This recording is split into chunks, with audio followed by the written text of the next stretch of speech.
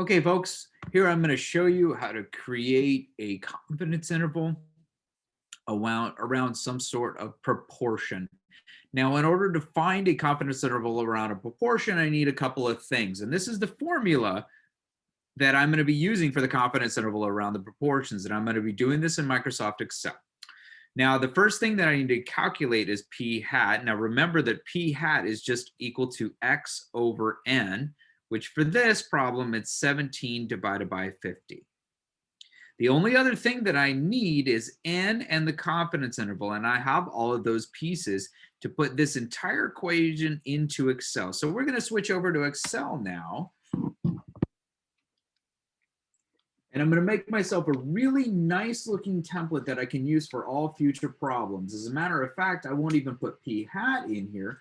I'm going to go ahead and put x. I'm going to put n. I need the standard error. The standard error is this piece of the formula. So I'm going to put that in its own time, its own little compartment under p hat, standard error. I need my z alpha over 2, this calculation right here. Now I know to calculate the z alpha over 2, I'm going to use the standard normal distribution. And I need to find the area under the curve that corresponds to whatever is left of this percentile divided by 2. So this is 0.07 over 2. This number right here is what I need to find. And that's going to be my alpha over 2. And my z value is this right here. It's also called the critical value. Let's go back to Excel. I have all the pieces I need. I like to make my template usable for any of these problems. So I'm going to put my confidence interval number right there. I'm also going to put a intermediate step here. So 1 minus confidence interval divided by 2. And then I have a spot for my z alpha over 2. And I would need a lower bound and an upper bound. Now I can start putting in the pieces of this. So my x here is 17. My n is 50, and my p hat is equal to this 17 divided by 50. Now, just to make my template a little clearer too, I often take these and I highlight them with yellow. I say, hey, these are things that I'm going to have to input. This is something that is automatically output for me. The standard error is also automatically the output.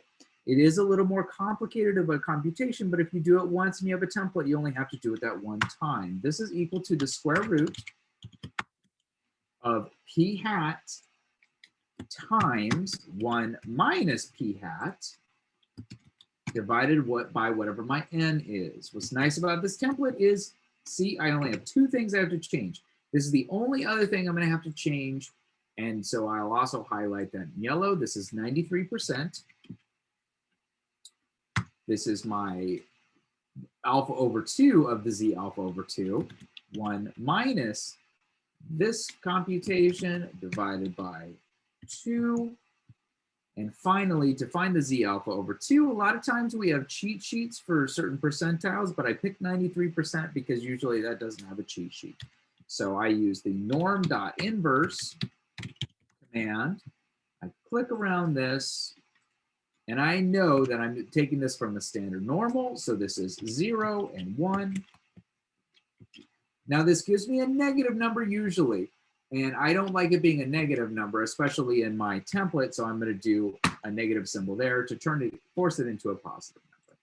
My lower limit here is this p hat plus or minus my z alpha over 2 times my standard error. Thankfully, I have all these pieces up here. So all I have to do is grab my p hat minus my standard error, minus my z alpha over 2 times my standard error. This is going to be almost the exact same thing except with the plus symbol. So p hat plus z alpha over 2 times standard error. Now I am 93% confident that the true proportion of the population is between 20% and 46%. Make yourself a template. It'll help you out a lot.